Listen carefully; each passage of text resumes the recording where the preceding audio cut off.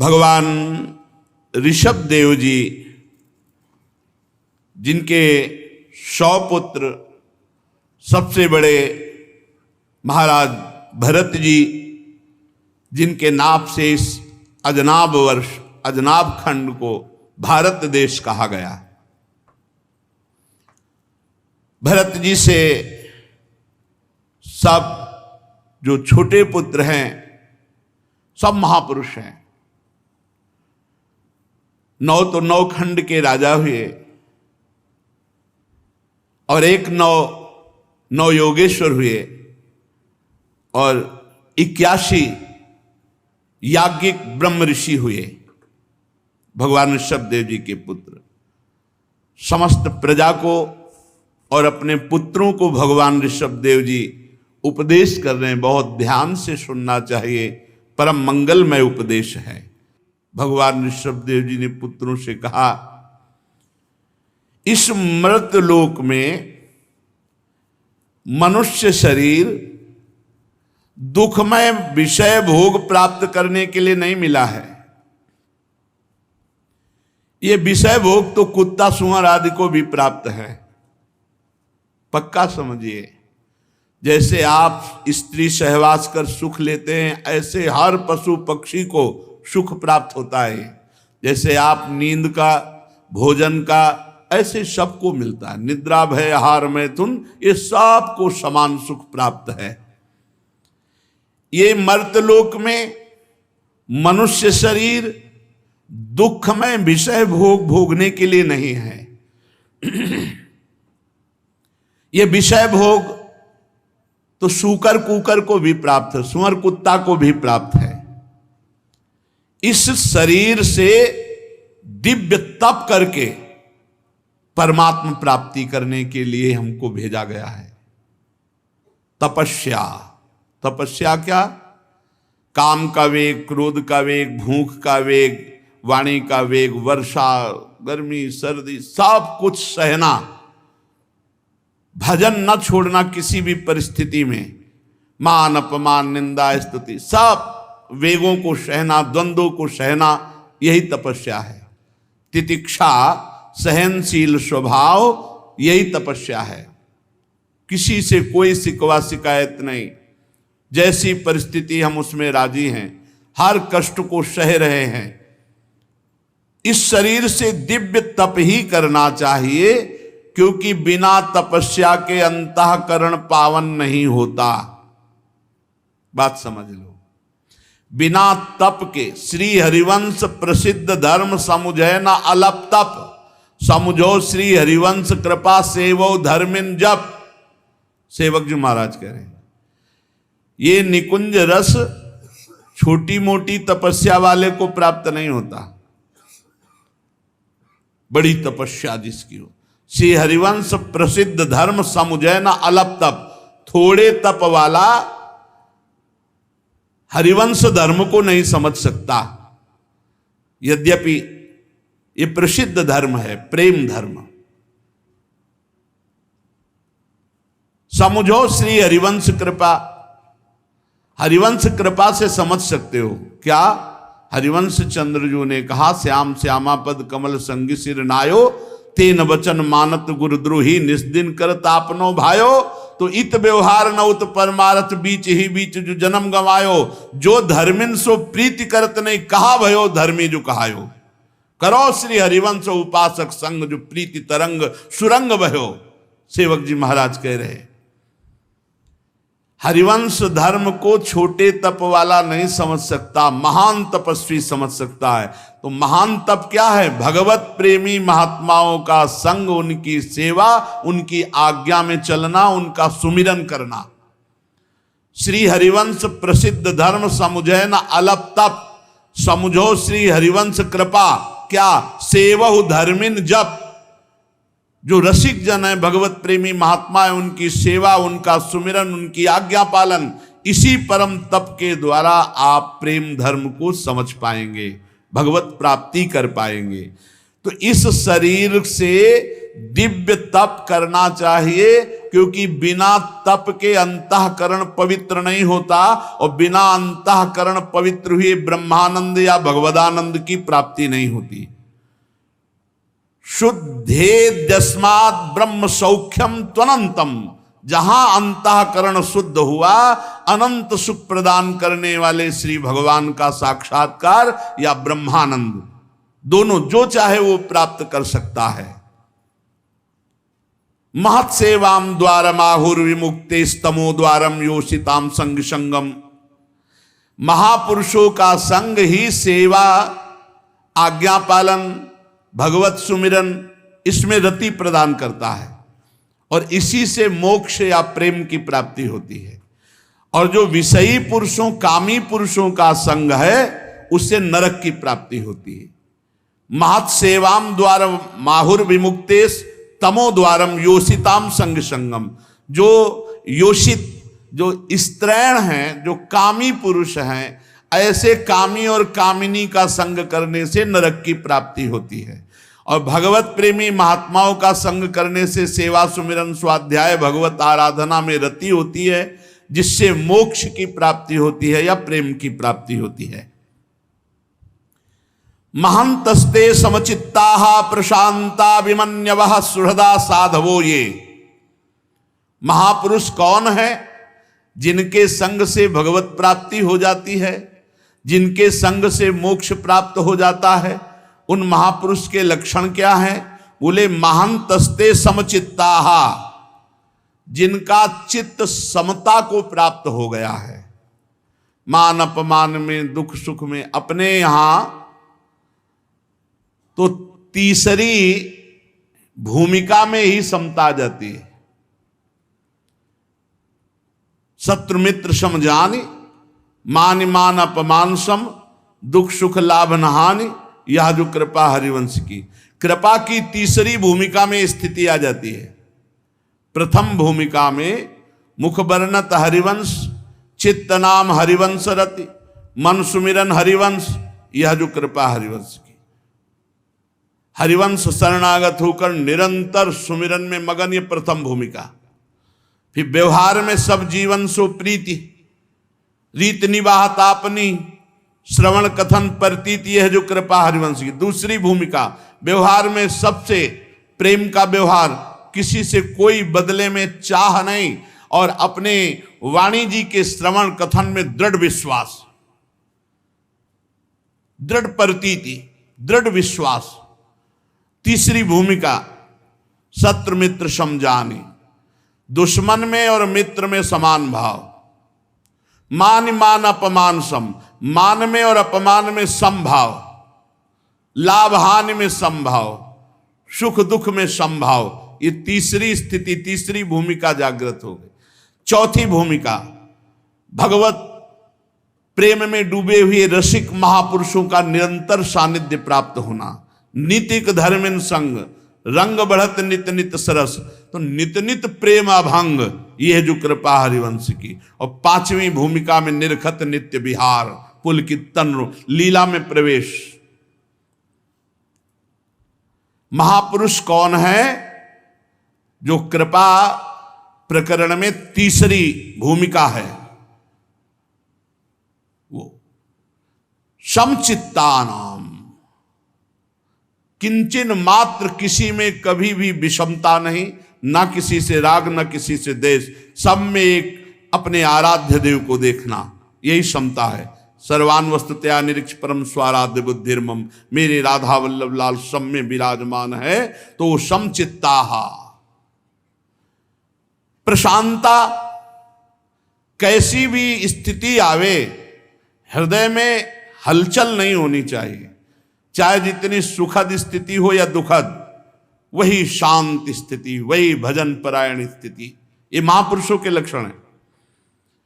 सबके प्रति समान भाव, किसी भी परिस्थिति में उद्विग्न या क्षोभ ग्रसित ना होना, भगवत विस्मरण ना होना, हर समय भगवत स्मृति में डूबा हुआ शांत स्थिति।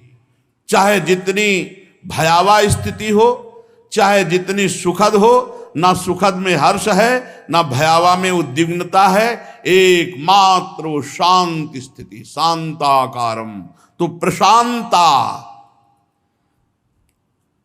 परम शांत। फिर आगे विमन्यवः, विमन्यवः क्रोधहीन, कितना भी कोई गुस्सा दिलाए कभी गुस्सा ना आना। जब प्रशांत है तो उसमें गुस्सा ही कैसे सकता है। जो समचित्ता प्रशांता, तो अपने आप स्थिति आ जाएगी। विमन्यवः, गोस्वामी जी मानो इसी की टीका कर रहे हैं। उमा जे राम चरण रत, विगत काम मद को, निज प्रभु में देखें जगत, तो केहि सन करहीं विरोध। सर्वत्र जब अपने भगवान को देख रहे तो किससे विरोध करेगा, किससे क्रोध करेगा। तो प्रशांता समचित्ता, जो सर्वत्र अपने प्रभु को देखता है, हर परिस्थिति में भगवत स्मरण परायण शांत रहता है और क्रोधहीन है। क्रोध कामना से आता है। जब हमारी कामना में बाधा पड़ती तो क्रोध जागृत हो जाता है, और जब कामना की पूर्ति होती तो लोभ जागृत हो जाता है। विमन्यवः क्रोधहीन, सुहृदः साधवो, ये जो सबका मंगल कैसे हो ऐसे स्वभाव वाला है, जिसका सदैव यही चिंतन रहता है कि सबका मंगल कैसे हो, वो महापुरुष है। जो समचित्ता, जो प्रशांता, जो क्रोध रहित विमन्यवः, और जो सुहृदः, सबका सुहृद है। सर्वभूत हिते रताः, सबका मंगल चाहता है, सबका हित चाहता है, सबका कल्याण चाहता है, सबका हित चिंतक। साधवो सदाचार परायण, चरित्र जिसका पवित्र है, ऐसे महापुरुषों का संग मोक्ष का खुला हुआ द्वार है। ऐसे महापुरुषों का संग निश्चित भगवत प्राप्ति करा देता है। जो समचित्त है, जो प्रशांत है, जो क्रोध रहित है, जो सबका हित मंगल सोचते रहते हैं, और जिनका चरित्र पवित्र है, निष्कलंक चरित्र है। ये वा मयि से कृत सौहृदार्था, जनेषु देहं भरवार्तिकेषु, गृहेषु जायात्मज रातिमत्सु, न प्रीतियुक्ता यावदर्थाश्च लोके। जो केवल मुझ परमात्मा में ही प्रेम करना, मेरा ही चिंतन करना एकमात्र जिनका पुरुषार्थ है, उन्हें महापुरुष कहते हैं।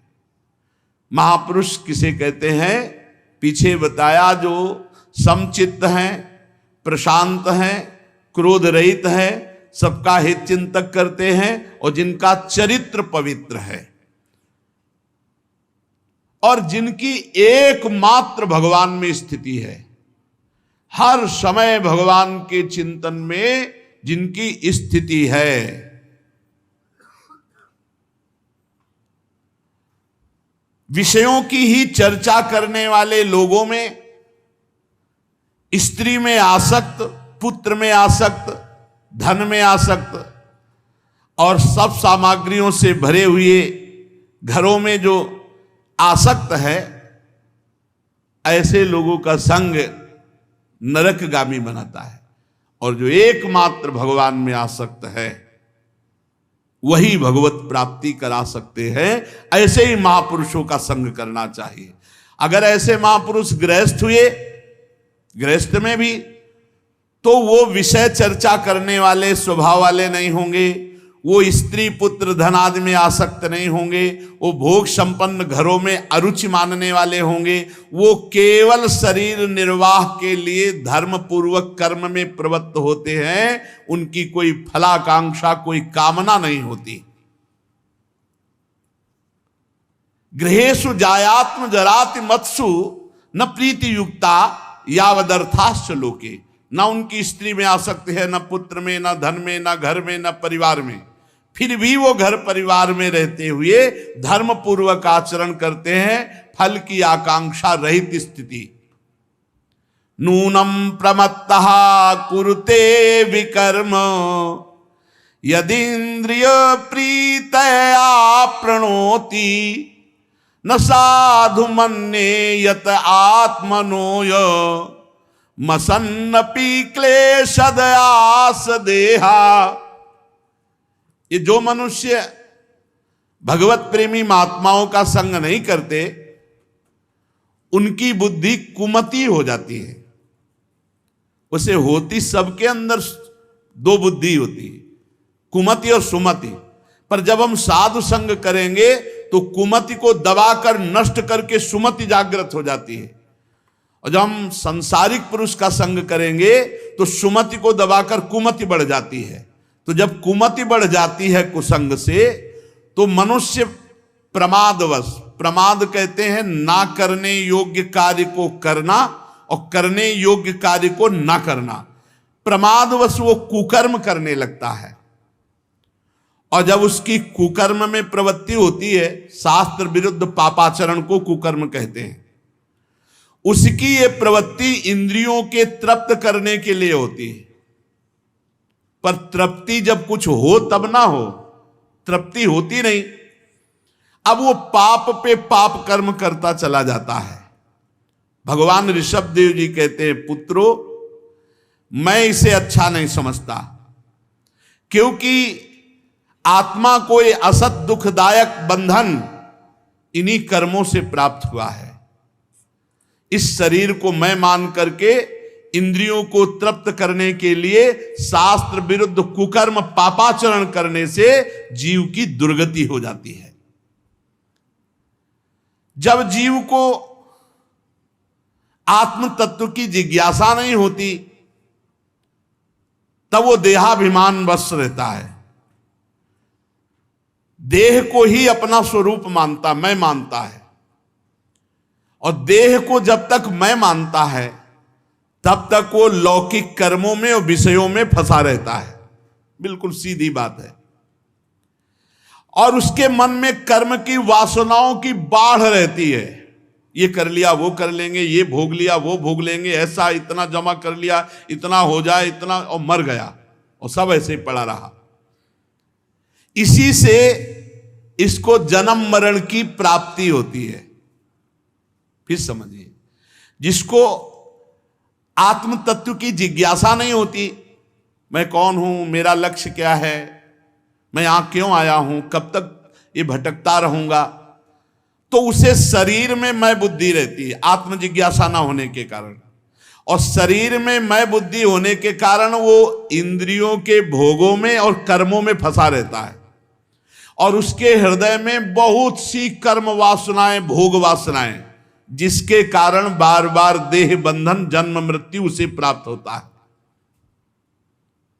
इस प्रकार अज्ञान अविद्या के द्वारा अपने आत्म स्वरूप के ढक जाने से कर्म वासनाओं के वशीभूत हुआ चित्त वो कर्मों में ही घूमता रहता है। जब तक मुझ परमात्मा में, मुझ भगवान में निरंतर चिंतन करके प्रीति नहीं होगी, तब तक ये देह बंधन छूट नहीं सकता।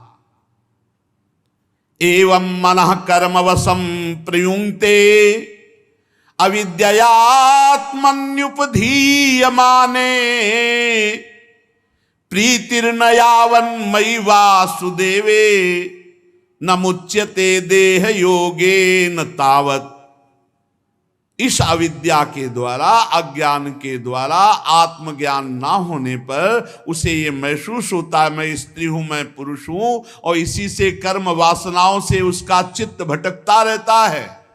जब तक मुझ वासुदेव भगवान में प्रीति नहीं होगी, तब तक ये आवागमन का बंधन नहीं छूटेगा। ये जीव पागलों की तरह चेष्टा किए जा रहा है, ये पता नहीं हर चेष्टा का फल है तुम्हें भोगना पड़ेगा, बस किए जा रहा है। जब तक विवेक दृष्टि का आश्रय लेकर इंद्रियों को भोगों से नहीं हटाएगा, इंद्रियों की मांग को मिथ्या नहीं मानेगा, इंद्रियों की मांग को हम सत्य मानते हैं, सुखमय मानते हैं, तभी हमारे आचरण बिगड़ जाते हैं। जब हम इंद्रियों की मांग को मिथ्या माने, ये व्यर्थ फंसाने वाली मांग कर रहे हैं, जब तक विवेक दृष्टि का आश्रय लेकर इंद्रियों की चेष्टाओं को मिथ्या नहीं देखा, मिथ्या नहीं माना, तब तक उसे आत्मज्ञान की स्मृति नहीं होती और वो अज्ञानवश विषय प्रधान शरीर में, घर में, स्त्री में, पुत्र में आसक्त होकर तरह तरह के क्लेश उठाता रहता है।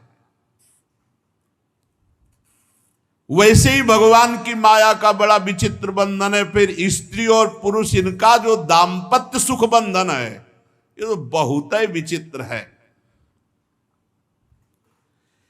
पंडित जन कहते हैं, ज्ञानी जन, कि जड़ चेतन की एक ग्रंथि तो बंधी है ही है, जो ना होने पर भी बहुत जोर की बंधी है, और ऊपर से और दाम्पत्य सुख की, स्त्री पुरुष की, ऐसी आसक्ति प्रकट होती है भगवान की माया की। उसको पता नहीं मिनट का, और वादा करते हैं, बोले 7 जन्म तक हमारा आपका, फिर कहते 7 जन्म नहीं, जन्म जन्म तक, मतलब पूरा काल, पूरा सिस्टम इनके अधीन हो गया, पूरा सिस्टम अधीन है। वो कह रहे कि हम आप तुम्हारा साथ नहीं छोड़ेंगे, 1 जन्म नहीं और 7 जन्म तक, और 7 जन्म नहीं, जन्म जन्म तक हम तुम्हारा निर्वाह करें। मतलब इतना बड़ा वो महापुरुष हो गया कि पूरे सिस्टम को रोक करके जन्म जन्म उसी के साथ रहेगा। एक जगह साथ रह सकते हो, दोनों मिलकर भजन करो और भगवान का चिंतन करते हुए दोनों शरीर छोड़ो तो एक ही जगह पहुंच जाओगे, तो एक ही जगह पहुंच जाओगे। ये दाम्पत्य भाव, ये स्त्री पुरुष की आसक्ति बड़ा अभेद्य बंधन, अभेद्य बंधन। देहाभिमान रूपी एक एक सूक्ष्म ग्रंथि तो पहले से ही है। इसी कारण जीव को देह में, इंद्रियों में, घर में, खेती में, पुत्र में, स्वजन में, धन में मैं मेरापन हो गया। यही बंधन है, कुछ नहीं। अभी शरीर छूट जाए, कुछ नहीं तुम्हारा, कुछ नहीं। जिस समय भगवान का विस्मरण करके जीव देह में आसक्त हो जाता है, तो घर में आसक्त, खेत में आसक्त, पुत्र में आसक्त, स्वजन में आसक्त, धन में आसक्त, ऐसी आसक्तियां पैदा होती हैं मैं मेरे की। भगवत प्राप्ति की तो बात जाने दो। गांव गली में तुम देखो बेटे, यहाँ तो वृंदावन में ये तो भगवत धाम है, गांव गली में कहीं भगवत चर्चा नहीं, कोई भगवत प्राप्ति का लक्ष्य नहीं, बस वही रुपया पैसा, बेटा बेटी, वही बस, यही भगवान की प्रचंड माया। जिस समय सत्संग मिलता है तब ये ग्रंथियां ढीली होने लगती हैं, तब ग्रंथियां ढीली। जब सत्संग मिलता, अगर तभी कहा गया है कि सुत दाराधन लक्ष्मी पापियों के घर होए, संत समागम हरि कथा तुलसी दुर्लभ दोए, तब ये हृदय ग्रंथि ढीली होती है। उसी समय ये जितने बंधन है सब काटने को दौड़ने लगते हैं। कहाँ भाग के जाऊं, कैसे क्या करूं, कैसे हमें पिंड छूटे और भगवत प्राप्ति हो। ये अंदर भाव, संसार के भूत, ये अहंकार को त्याग कर जो भगवान के भजन में लग गया, वही चतुर सुजान है, वही मुक्त हो जाता है, वही परम पद प्राप्त करता है। हंसे गुरौ मयि भक्त्यानुवृत्त्या वितृष्णया द्वंद्व तितिक्षया च सर्वत्र जंतुर्व्यसनावगत्या जिज्ञासया तपसेहा निवृत्त्या।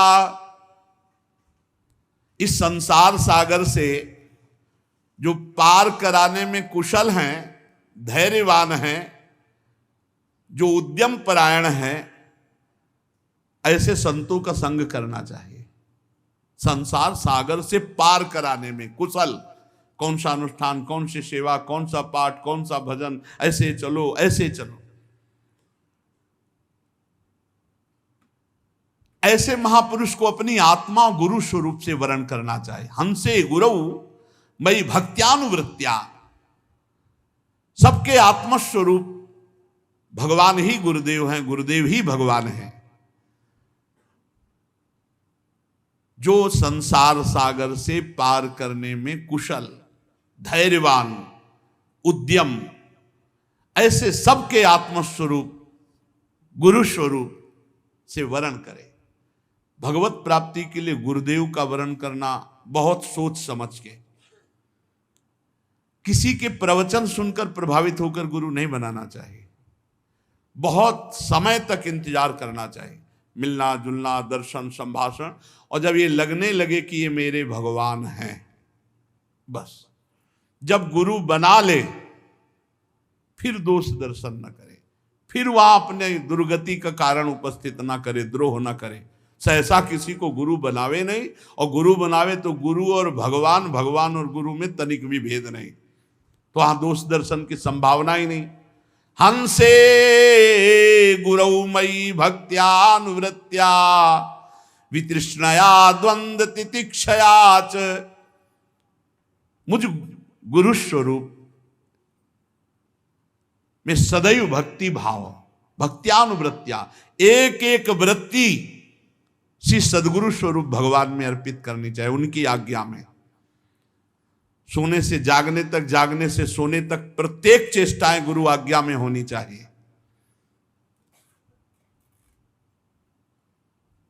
भगवान की प्राप्ति गुरुदेव की कृपा से है, गुरु कृपा ही केवलम। गुरुदेव ही भगवान है, भगवान ही गुरुदेव है। उनकी आज्ञा में जीवन समर्पित कर दे वो धन्य भाग। कोई बिरला ही होता, मनमानी तो पूरा सृष्टि चल रही, गुरु मानी कोई बिरला ही होगा, और जो गुरु मानी होगा वो भगवत परायण होगा। सर्वत्र जंतुर व्यसनावगत्या जिज्ञासया तप सेहा निवृत्त्या मत कर्म भीर मत कथया च नित्यम मद्देव संगाद गुण कीर्तनान में निर्वैर साम्योपसमेन पुत्रा जिहासया देह गेहात्म बुद्धि।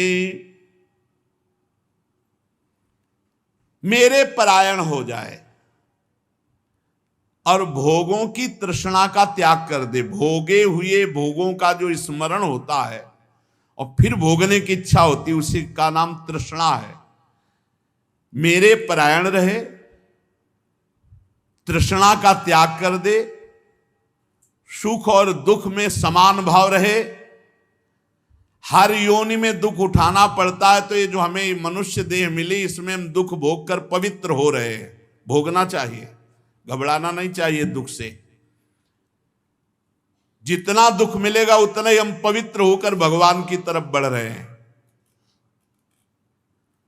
तत्व जिज्ञासा से, तपस्या से, सकाम कर्मों के त्याग से, मेरे लिए ही कर्म करने से, मेरी कथाओं को रोज सुनने से, मेरे भक्तों के संग मेरा नाम कीर्तन करने से, किसी से भी सृष्टि में वैर ना करने से, समता से, शांति से, शरीर घर आदि में मैं मेरेपन भाव को त्यागने की इच्छा से, रोज शास्त्र स्वाध्याय से, कुछ समय एकांत सेवन से, प्राण इंद्रिय और मन के संयम से, शास्त्र और संत पुरुषों के वचन सुनकर उनमें यथार्थ बुद्धि रखने से, पूर्ण ब्रह्मचर्य से, कर्तव्य कर्मों को निरंतर सावधान होकर करने से, मौन से,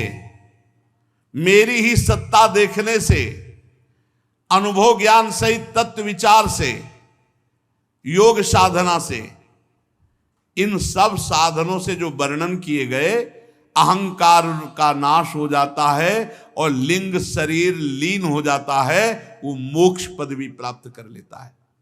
कोई साधन पकड़ लो, इतने साधन बताए भगवान ऋषभ देव जी ने।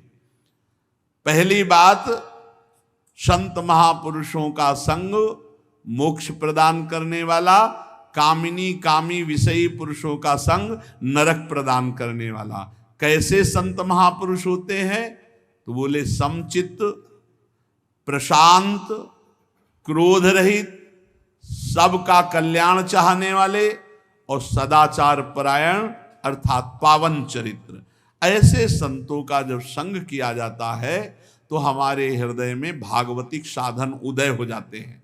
हम सदगुरुदेव का वर्णन करें, आत्मस्वरूप सदगुरुदेव, मेरी आत्मा सदगुरुदेव भगवान, सदगुरुदेव भगवान मेरी आत्मा है। और अनन्य भाव से उनकी भक्ति करने से, भगवान के परायण से, भोगे हुए भोगों का त्याग करने से, सुख दुख में समान भाव, हर योनि में दुख भोगना है तो मनुष्य योनि में दुख भोग करके भगवान को प्राप्त कर लेंगे, अन्य योनियों में जाना ही नहीं पड़ेगा। इस विचार से, तत्व जिज्ञासा से, तपस्या से, सकाम कर्म के त्याग से, भगवान के लिए ही कर्म करने से, भगवान की रोज कथाएं सुनने से, भक्तों के संग नाम कीर्तन करने से, बैर त्याग से, समता से, शांति से, शरीर घर आदि में मैं मेरेपन के भाव का त्याग करने से,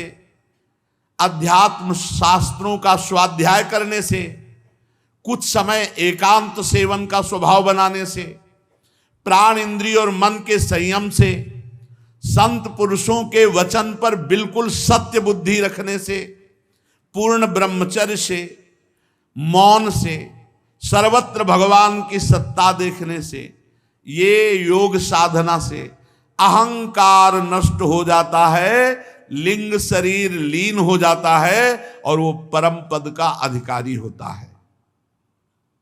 मनुष्य को चाहिए सावधान रहकर अविद्या के द्वारा बंधे हुए हृदय ग्रंथि को गुरुजनों के उपदेश से, शास्त्र ज्ञान से काट डालो, इसी जन्म में काट डालो।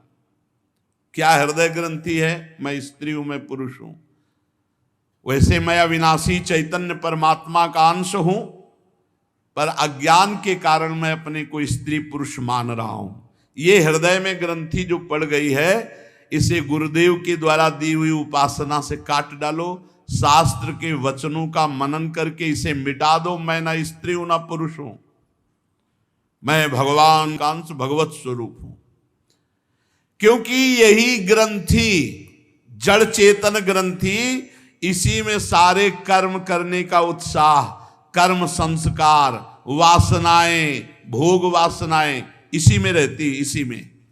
अहंकार रूपी, देहाभिमान रूपी महल में ये कर्म रहते, कर्म संस्कार रहते हैं, भोग वासनाएं रहती, यही। और जब देहाभिमान नष्ट हो जाए तो सब साधनों को छोड़ दे। अब कर्ता भाव भी गया साधन का।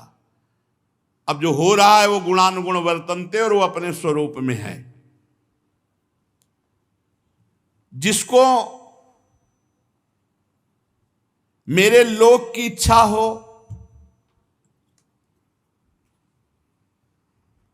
अथवा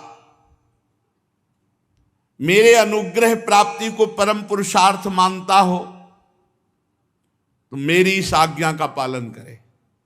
ऋषभदेव भगवान आज्ञा कर रहे हैं कि मेरे परम पद को प्राप्त करना, मेरी कृपा को प्राप्त करना, तो मेरी आज्ञा का पालन करना।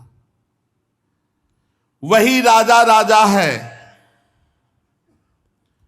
जो अपनी प्रजा को भगवान के भजन में लगा दे। ये बात समझना है। पुत्राश्च शिष्याश्च नृपो गुरुर्वा मल्लोक कामो मदनो ग्रहार्थः इत्थम विमन्युरनुशिष्य दत्त ज्ञान न योजयेत कर्मसु कर्म मूढ़ाम।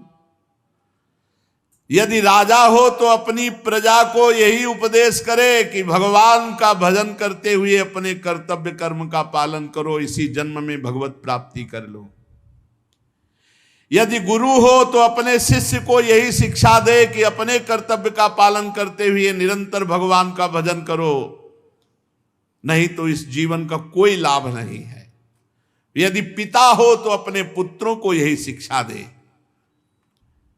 अज्ञान के कारण यदि शिष्य अपने गुरु के अनुसार न चलकर कर्मों को परम पुरुषार्थ माने तो उन पर ज्यादा क्रोध न करे, समझा बुझा कर फिर उनको लावे और संसार के अंधकूप में ना गिरने दे, उन्हें भगवान तक पहुंचावे।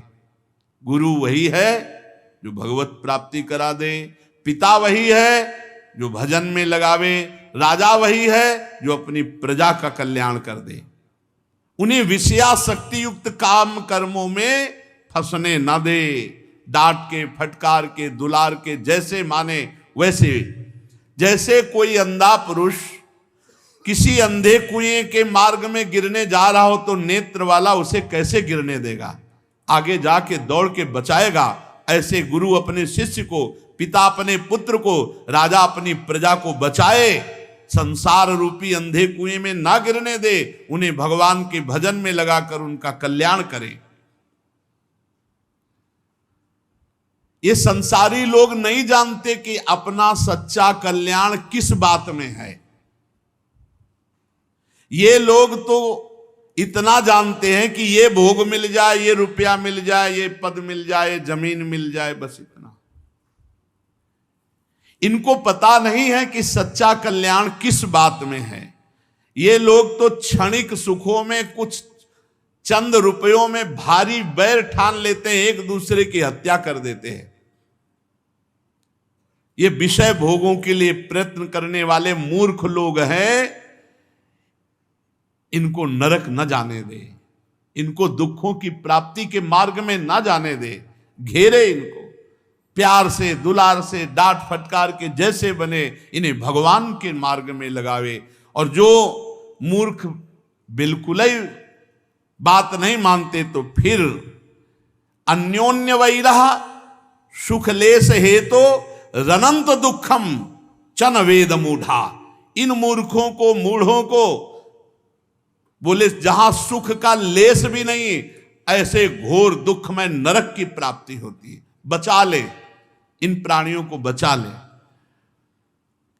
भगवान ऋषभ देव जी उपदेश करते हैं, कस्तम स्वयं तदभिज्ञो विपश्चित अविद्यायामंतरे वर्तमानम दृष्ट्वा पुनस्तम सघृणा कुबुद्धिम प्रयोजयेदुत्पथगम यथांधम।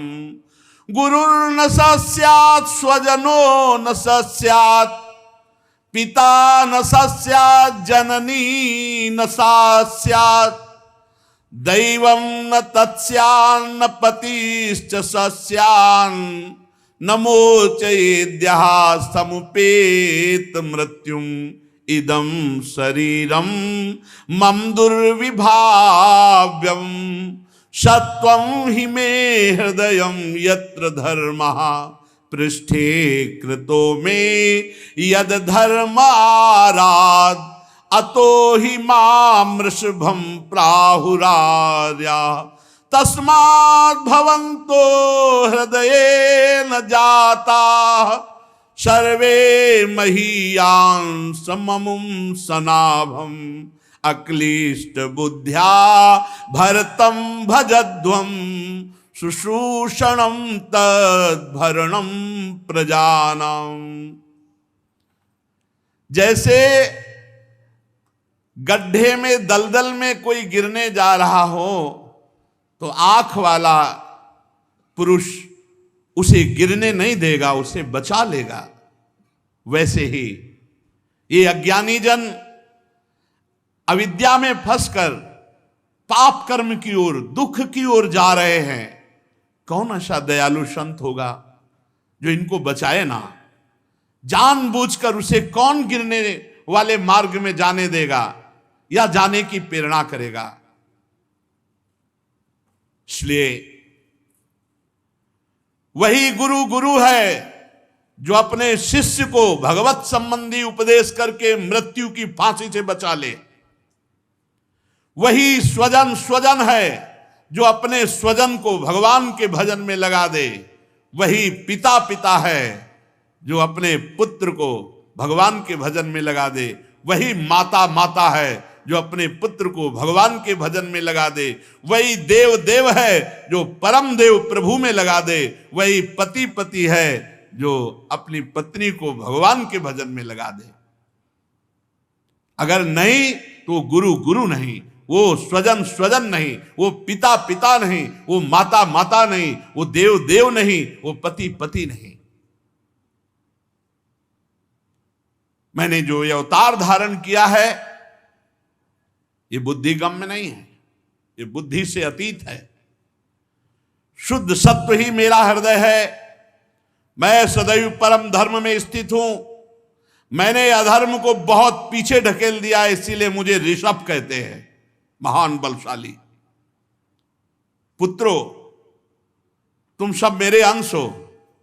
ये अपने 100 पुत्रों को ही नहीं कह रहे, हम सब उन्हीं के पुत्र हैं। पुत्रों, तुम सब मेरे अंश से प्रकट हुए हो। ममैवांशो, गीता में भगवान श्री कृष्ण। मानो ना, हम गृहस्थ हैं, हम स्त्री हैं, हम पुरुष हैं, ये वो पापाचरण करके दुर्गति।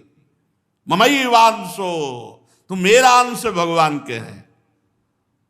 यहां भगवान ऋषभ जी कह रहे हैं तुम मेरे अंश हो, मेरे से प्रकट हुए हो। इसलिए ईर्ष्या मत्सर छोड़ो, महाभागवतों की सेवा करो। पुत्रों, तुमसे सबसे बड़े जो भरत हैं ये महाभागवत है, इनकी सेवा करो, इनकी आज्ञा में रहो। यही तुम्हारा प्रजापालन कार्य भी करेंगे। अन्य सब भूतों की अपेक्षा वृक्ष श्रेष्ठ है। 84 लाख योनियों में अन्य सब योनियों की अपेक्षा वृक्ष श्रेष्ठ है। वृक्ष में भी चलने वाले जीव श्रेष्ठ है, उनमें भी कीटादि श्रेष्ठ है, कीटादि से भी पशु श्रेष्ठ है, पशुओं में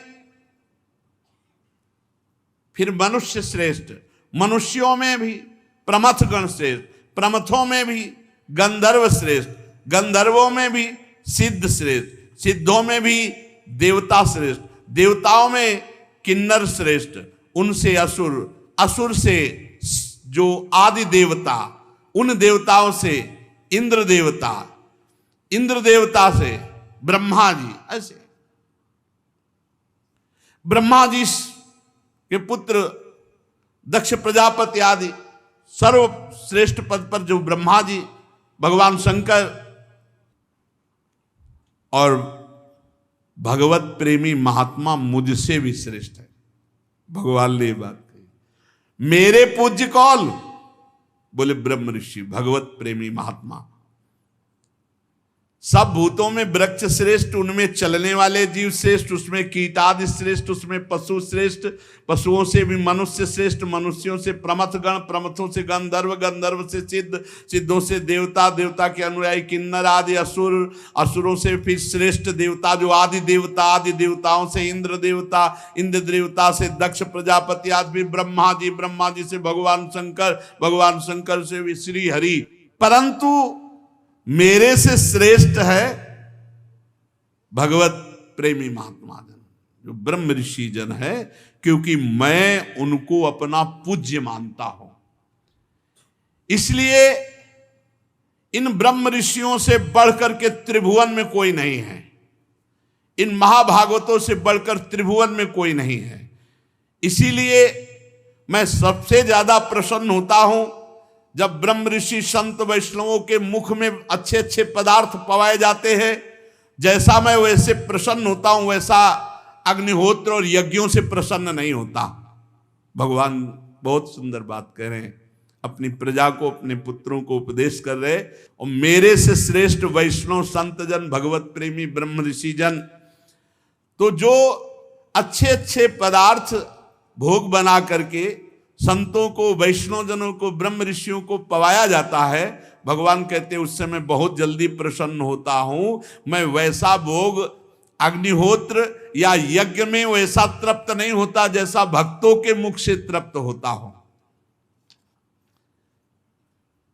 जिन्होंने इस लोक में अध्ययन आदि के द्वारा मेरी वेद रूपात सुंदर पुरातन मूर्ति को धारण कर रखा, जो हर समय शम दम सत्य दया तपस्या तितिक्षा ज्ञानादि गुणों से संपन्न हैं, भजन परायण हैं, उन ब्रह्म ऋषियों से बढ़कर त्रिभुवन में कोई नहीं है।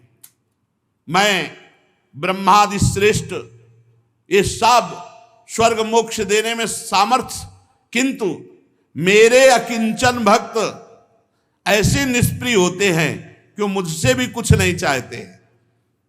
राज्य आदि वस्तुओं की तो बात क्या, वे स्वर्ग मोक्ष कुछ नहीं चाहते। इसलिए इन भक्तों से बढ़कर के कोई नहीं। मत्तोप्यनन्तात् परतः परस्मात् स्वर्गापवर्गाधिपतेर्न किंचित येषां किमुष्यादितरेण तेषा मकिंचनानां मयि भक्ति भाजाम। भगवान कहते हैं मैं स्वर्ग मोक्ष सब कुछ देने में समर्थ हूं, पर मेरे अकिंचन भक्त मेरे से भी कोई चाह नहीं रखते। ये राज्य आदि भोगों की तो बात जाने दो।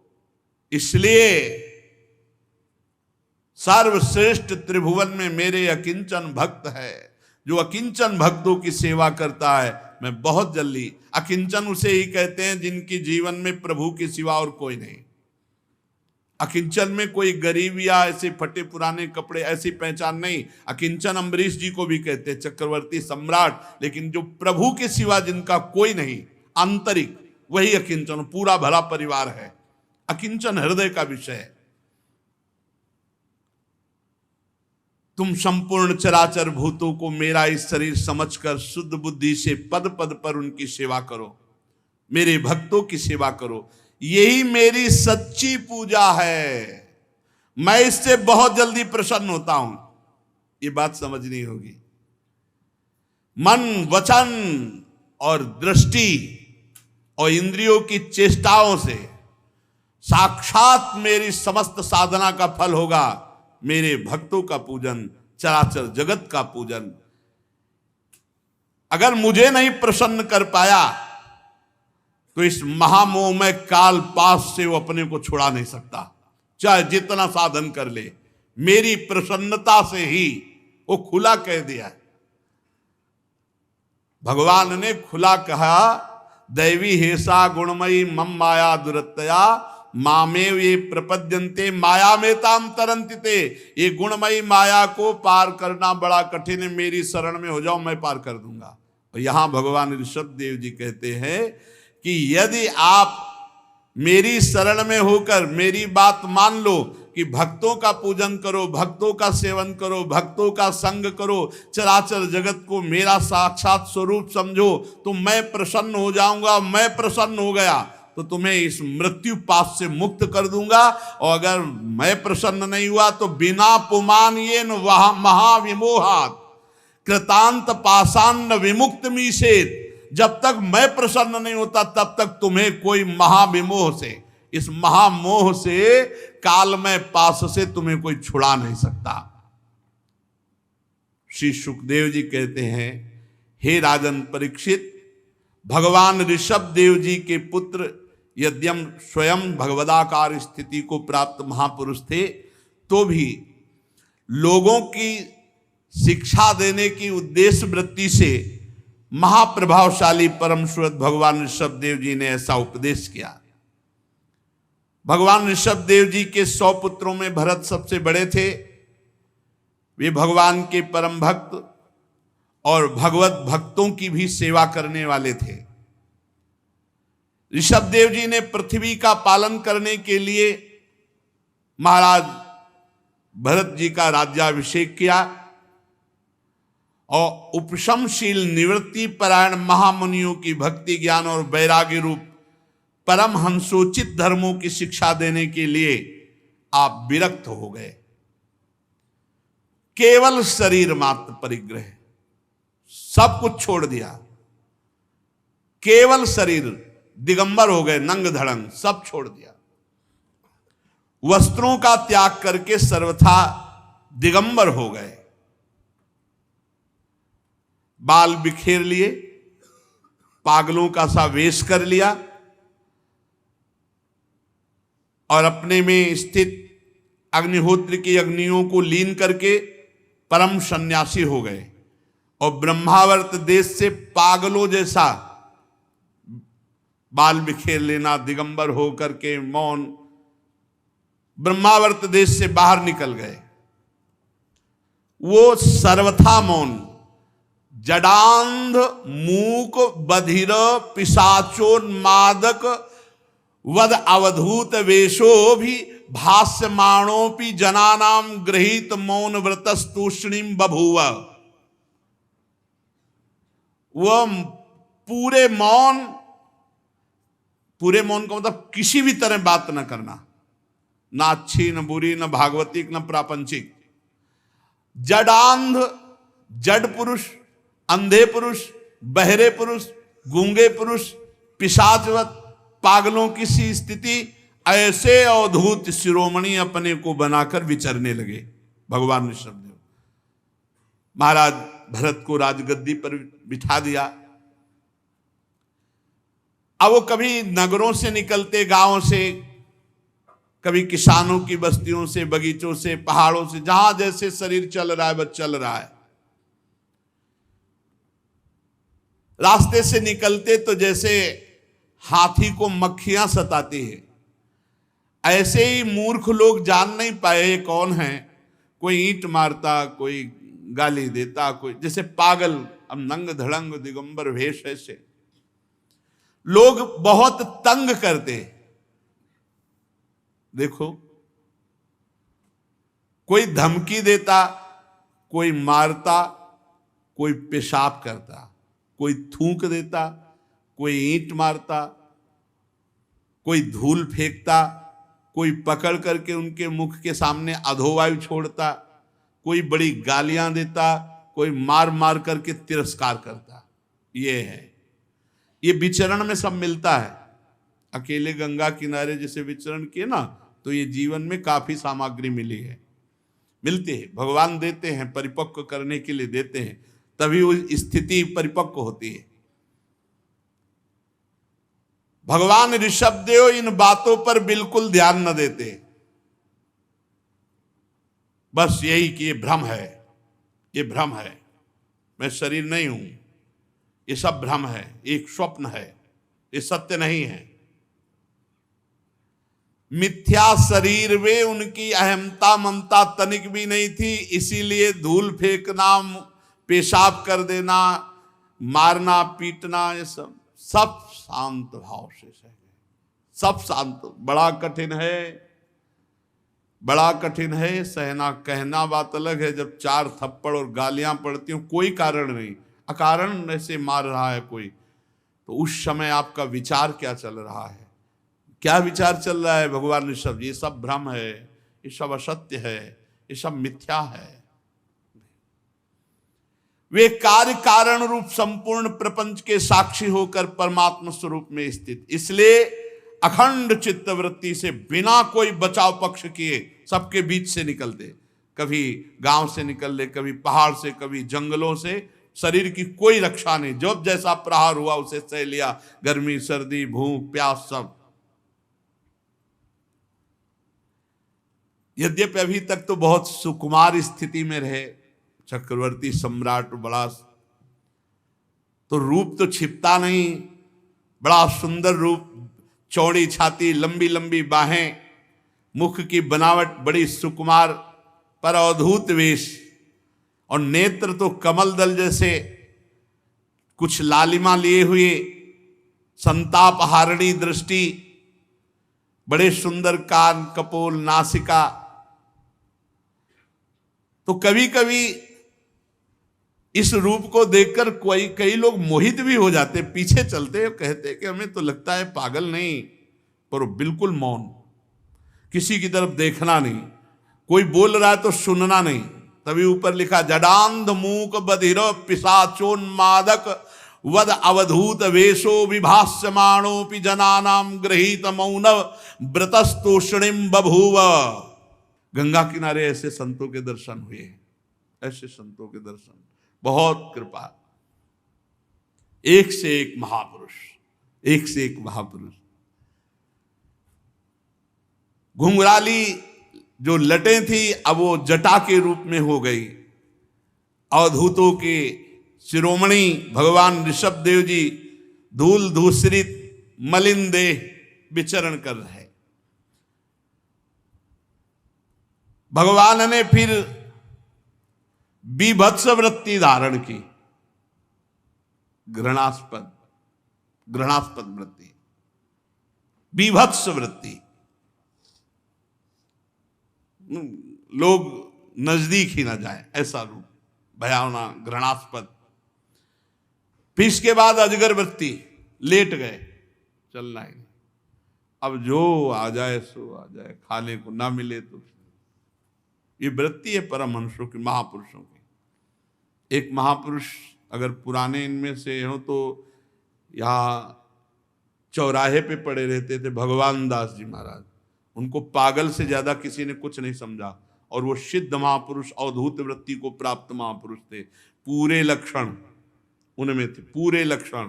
फटा पुराना कपड़ा कभी पहने, कभी पूरे दिगंबर चौराहे पे पड़े, पूरी वर्षा हो रही है ऐसे ही पड़े, सर्दी के समय ऐसे ही पड़े, कोई कंबल उड़ा गया, कोई कंबल उठा ले गया, बड़ी अच्छी स्थिति थी। इनमें से किसी ने देखा है भगवान दास जी को? पागल से ज्यादा उनको कोई नहीं समझता था। और ये सिद्ध, पर बिल्कुल सिद्ध बात के वो सिद्ध महापुरुष थे। एक पहली बार जब हम संन्यास वेश में थे तो इनको देखा, चूंकि काशी और गंगा किनारे प्राय, तो हमारे मन में आया कि लक्षणों से तो पूरे लग रहे हैं कि ये अवधूत महापुरुष हैं। तो राधा रमण जी से हमें कुलिया मिली, बस उसको कमंडल रखते थे, कमंडल में रखा, और मन में आया कि हे राधा रमण जी, यदि ये सत्य सिद्ध महापुरुष की स्थिति को प्राप्त हैं तो हमारे कमंडल को खोलें और ये कुलिया से आपका प्रसाद लें। बस हमारा संशय नहीं था, पर लोगों के कहने से ऐसा लगता था नहीं पागल तो नहीं, ये तो सिद्ध पुरुष है। आपसे सत्य कह रहे, बीच रमण रेती में एक पेड़ था, चबूतरा था, जो पूर्व के जन है वो जानते हैं, वो रोड बनने पर हट गया। उसी पे उस दिन बैठे, मानो इंतजार कर रहे हो, नंग धड़ंग ऐसे, बिल्कुल सरल भाव से आए, गले में हाथ डाला और बंगाली भाषा में कुछ बोले। बंगाली शरीर था, अब हमें बंगाली आती नहीं, क्या बोले हमें पता नहीं। और हमारा कमंडल खोला, कुलिया निकाली, ऐसे 2 बार चाटा, उसमें रखा और ढक्कन बंद किया, और बस उसी समय साष्टांग दंडवत की। किसी से प्रमाण की जरूरत नहीं, राधा रमण जी ने प्रमाण दिया, वो सिद्ध महापुरुष थे। ऐसी अवधूत चर्या, बिल्कुल यथावत, बिल्कुल यथावत। महापुरुष के बिना ऐसा, पूरी वर्षा हो रही, दिगंबर ऐसे पूरे ऐसे, आग, सर्दी में कंबल उड़ा गए, 1-2 कुत्ते भी आसपास सो रहे कंबल में, वो भी सो रहे वैसे। कुछ दिन तो यहाँ लिखा भी रहा है भगवान दास चौराहा। फिर तो इसके बाद भगवान ऋषभ देव जी ने अजगर वृत्ति धारण की। सो शेष चर्चा आगे। श्री राधा वल्लभ लाल की जय।